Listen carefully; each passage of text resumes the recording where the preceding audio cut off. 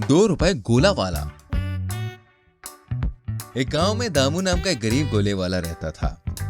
वो अलग अलग फ्लेवर्स के गोले बनाकर बेचा करता। वो अपने काम को बहुत ही ईमानदारी से करता। साफ पानी और साफ पदार्थ ही इस्तेमाल करता वो। अरे गोला ले लो, गोला, गर्मी आ गई, गोला ले लो, गोले ले लो, थोड़ी चुस्की ले लो, स्वादिष्ट स्वादिष्ट और ताजा ताजा गोला खा लो, गोला ले लो, गोला, ठंडा ठंडा गोला। अरे वाह, ये गोला तो सच में बड़ा स्वादिष्ट है, मजा ही आ गया। हाँ यार बेड़ू, एकदम कलेजे को ठंडक मिल रही है और क्या स्वाद है। आहा, ₹2 में गर्मी में प्यास बुझाओ, इससे अच्छी बात और क्या ही हो सकती है भैया। गर्मियों के दिन चल रहे थे और ₹2 में गोला मिल रहा था।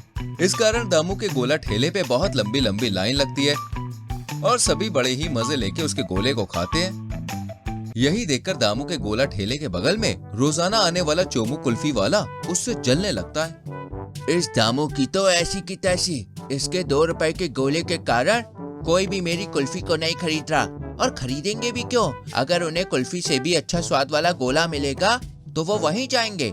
क्यों ना मैं भी गोला बेचना शुरू करूं? गोला बनाने में पैसे भी कम लगते हैं और कमाई भी बहुत होगी। हाँ, ये आइडिया बहुत बढ़िया है।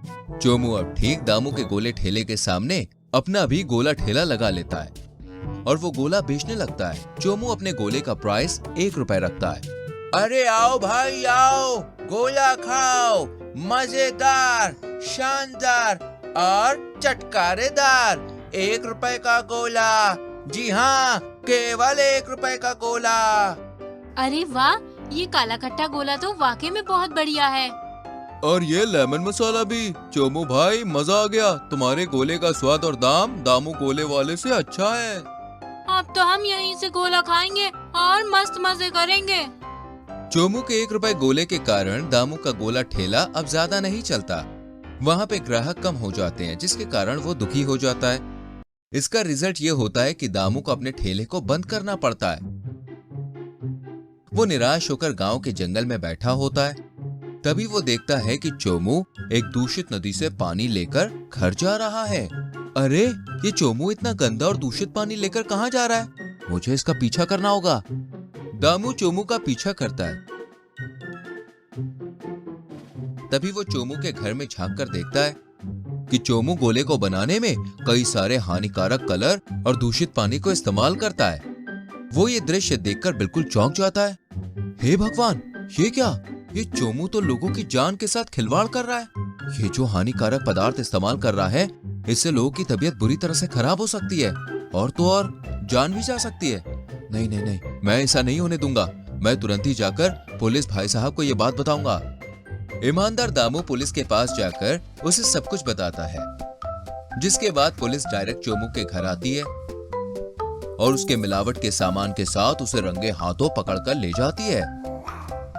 वो उसे खूब पीटती है और उसे जेल में बंद कर देती है। सरपंच साहब दामू की इस होशियारी और ईमानदारी से बड़े खुश होते हैं और उसके पास आते हैं।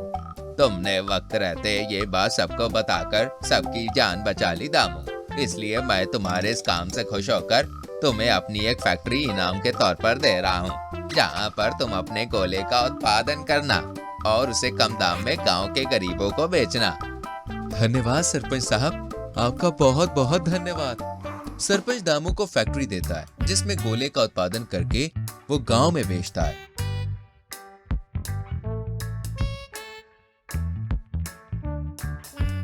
और धीरे धीरे शहर में भी सप्लाई करने लगता है। ऐसे ही गोला बेच बेचकर वो अमीर हो जाता है और फैक्ट्री के पैसे सरपंच को देकर वो फैक्ट्री खरीद लेता है और कई सारी फैक्ट्रीज खोलकर गोला बेचता है। Floating stone bridge.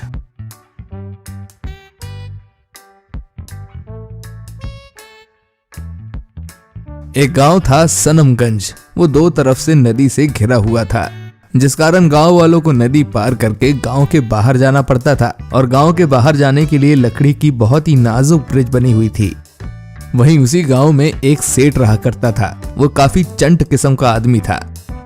नदी के उस पुल से रोजाना शहर के लिए बस भी आया जाया करती थी, जिससे लोगों के मन में अक्सर एक्सीडेंट का खतरा बना हुआ रहता था। फिर एक दिन हमें लगता है कि हमें सेठ जी से बात करनी चाहिए ताकि वो सरकार से परमिशन लेकर नदी पर नया ब्रिज बनवा सकें। पुराना लकड़ी का पुल कभी भी टूट सकता है। फिर सभी सेठ के पास जाते हैं और उन्हें सारी समस्या बताते हैं। देखो गांव वालों, आप लोग इतने सालों से गांव में रह रहे हो, कभी वो पुल टूटा क्या? नहीं ना, तो अभी भी नहीं टूटेगा, बेफिक्र रहिए। वहीं सब सेठ की बातें सुनकर चुप हो जाते हैं और वहां से चले जाते हैं। फिर एक दिन, हेलो, हाँ, वो ट्रक पुल के ऊपर से गांव में लेते आओ, यहीं खाली होगा माल, ओके। फिर सेठ का आदमी पुल के उस पार से बड़ी सी ट्रक चढ़ाकर ले आता है। वहीं गांव वाले ये सब देखते रहते हैं।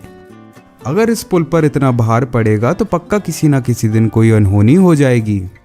हमें सेठ जी को चेतावनी देनी ही होगी, वरना बहुत बुरा हो सकता है। फिर सभी सेठ के पास जाते हैं। सेठ जी, यदि आप पुल पर से इतनी भारी लोडिंग ट्रक गांव में लाएंगे और गांव के बाहर माल भेजेंगे तो पुल जल्दी ही टूट सकता है। अब तुम सभी मुझे सिखाओगे? मुझे पता है वो बहुत मजबूत है, कुछ नहीं होगा। और वैसे भी सरकार ने कहा है कि 3 साल तक उस पुल की मरम्मत की कोई भी जरूरत नहीं है, उसके बाद उसकी मरम्मत होगी। फिर सभी चुप होकर वहां से चले जाते हैं और सेठ के लोडिंग ट्रक का गांव में आना जाना यूं ही लगा रहता है। फिर एक दिन जब ट्रक गांव में आ रहा होता है, तभी वहीं उसके पीछे एक स्कूल बस भी गांव में आने के लिए खड़ी रहती है। और जैसे ही ट्रक ब्रिज पर चढ़ता है, ब्रिज टूट जाता है और ट्रक सारे सामान सहित पानी में बह जाता है। वहीं ये सब देख गांव वाले घबरा जाते हैं। अच्छा हुआ कि बस पहले नहीं आई ब्रिज पर, वरना हम तो अपने बच्चों से हाथ ही धो बैठते। लेकिन अब वो बस गांव में कैसे आएगी? वो तो नदी के उस पार है और पुल बनने में तो काफी समय लग सकता है।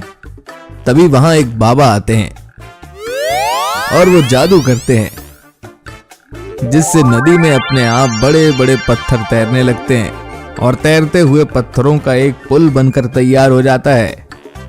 अले अले, ये तो फ्लोटिंग स्टोन ब्रिज है, जैसे दादाजी बताया करते थे।